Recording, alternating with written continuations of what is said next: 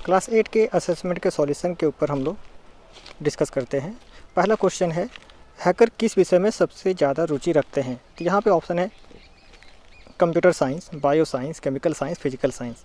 तो इसका आंसर होना चाहिए कंप्यूटर साइंस। हैकर जो होते हैं उन्हें कंप्यूटर साइंस पे बहुत ज़्यादा रुचि होती है। अगला क्वेश्चन है, हैकर के पास किन चीज़ों की जानकारी होती है। प्रोग्रामिंग की, ऑपरेटिंग सिस्टम की, दोनों की या कोई नहीं। तो हमें पता होना चाहिए कि हैकर के पास कंप्यूटर की अच्छी खासी जानकारी होती है। तो उन्हें प्रोग्रामिंग की भी जानकारी होती है, साथ ही साथ उन्हें ऑपरेटिंग सिस्टम की भी अच्छी जानकारी होती है। तो इसका होना चाहिए आंसर ऑप्शन नंबर सी, दोनों की, प्रोग्रामिंग की भी एंड ऑपरेटिंग सिस्टम की भी। अगला क्वेश्चन है, इंफॉर्मेशन टेक्नोलॉजी एक्ट 2000 को किस नाम से जाना जाता है। तो इसका आंसर होना चाहिए IT act. Information technology act 2000 को हम लोग आईटी एक्ट के नाम से भी जानते हैं। अगला क्वेश्चन है, हैकर और क्रैकर में से डेटा को सुरक्षित कौन रखता है। तो इसका आंसर होना चाहिए हैकर। सुन के थोड़ा अजीब लगेगा कि हैकर डेटा को कैसे सुरक्षित रख सकते हैं। इसका मुख्य कारण ये है कि हमारी सोसाइटी में ये माना जाता है कि जो लोग किसी भी डेटा को चोरी करते हैं या किसी डेटा का जो मिसयूज करते हैं उन्हें हैकर कहा जाता है। पर समय के साथ इसका डेफिनेशन आज के डेट पे चेंज हो चुका है।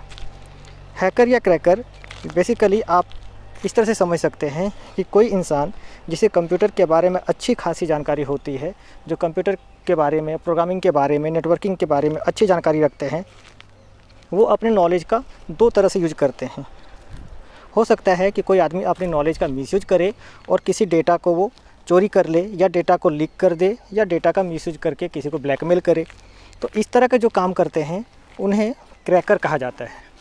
वहीं उसी नॉलेज वाले आदमी को, जैसे किसी बैंक सिक्योरिटी के पर्पज़ से, हो सकता है इसे बैंक के वेबसाइट होते हैं, बहुत सारी बड़ी बड़ी कंपनियां के साइट होते हैं, बहुत सारी नेटवर्किंग के साइट होते हैं, वहाँ पे जानबूझ के ऐसे एक्सपर्ट को रखा जाता है जो उनको डेटा को चोरी होने से, क्रैकर लोगों से बचाते हैं। तो वो अपनी नॉलेज के बेसिस पे डेटा को चोरी नहीं करते बल्कि उस डेटा को, उनके सिक्योरिटी को बचाते हैं। तो ऐसे लोगों को हैकर कहा जाता है। यानी कि हम लोग इस तरह से समझ सकते हैं, अगर अपने नॉलेज बेसिस पे अगर वो डेटा का, सिक्योरिटी सिस्टम का, नेटवर्किंग का अगर वो मिसयूज करता है तो वो क्रैकर कहलाए जाते हैं। लेकिन वही आदमी अपने नॉलेज बेसिस पे अगर डेटा को सेफ रखते हैं, डेटा को बचाते हैं, डेटा को बचाने में मदद करते हैं, तो ऐसे लोगों को हम लोग हैकर कहते हैं। तो यहाँ ऑप्शन है, हैकर और क्रैकर में से डेटा को सुरक्षित कौन रखता है। तो डेटा को सुरक्षित हैकर रखता है, जबकि क्रैकर अपने डेटा का मिसयूज करता है। अगला क्वेश्चन है, क्रैकर के द्वारा किसी अकाउंट के यूज़र आईडी और पासवर्ड पता करने के लिए कौन सा विधि का प्रयोग किया जाता है। तो आजकल सबसे ज़्यादा क्रैकर लोग जो यूज़र आईडी और पासवर्ड पता करने के लिए सबसे ज़्यादा यूज करते हैं वो है फिशिंग। नाम से पता चल रहा होगा, इसका स्पेलिंग PHISHING है, फिशिंग, पर प्रोनाउंस ये फिशिंग कहा जाता है, बिल्कुल मछली पकड़ने की तरह।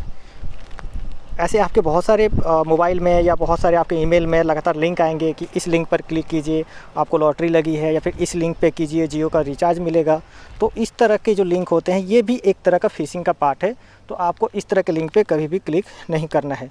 वो अगर आप उस लिंक पे क्लिक करते हैं तो हो सकता है कि वो आपका यूज़र आईडी, पासवर्ड या फिर आपका जो पर्सनल डिटेल्स हैं वहाँ से वो चोरी कर सकते हैं। अगला क्वेश्चन है, क्रैकर किस माध्यम से डेटा चोरी करते हैं। तो अभी हम लोग डिस्कस कर रहे हैं कि पहले डिस्कस कर चुके हैं, उन्हें कंप्यूटर के बारे में अच्छी खासी जानकारी होती है और वो घर बैठे ही कई सारे डेटा को, हमारे डेटा को, आपके डेटा को चोरी कर सकते हैं। और इसका सबसे बड़ा जरिया जो है वो है इंटरनेट। वो इंटरनेट के माध्यम से ही सारे डेटा की चोरी करते हैं। तो इसका आंसर होना चाहिए 6 का ए नंबर, इंटरनेट। अगला क्वेश्चन है, कंप्यूटर संबंधी जुर्म, क्राइम को क्या कहते हैं। कंप्यूटर से संबंधित जो जुर्म होते हैं उन्हें क्या कहते हैं। तो उन्हें कहा जाता है, यहाँ पर ऑप्शन है property crime, white collar crime, criminal crime, cyber crime. तो इसका आंसर होना चाहिए साइबर क्राइम। कंप्यूटर संबंधित जो क्राइम होते हैं उन्हें साइबर क्राइम कहते हैं। अगला क्वेश्चन है, प्राइमरी मेमोरी है, इनमें से कौन प्राइमरी मेमोरी है। ऑप्शन है रैम, रोम, दोनों या कोई नहीं।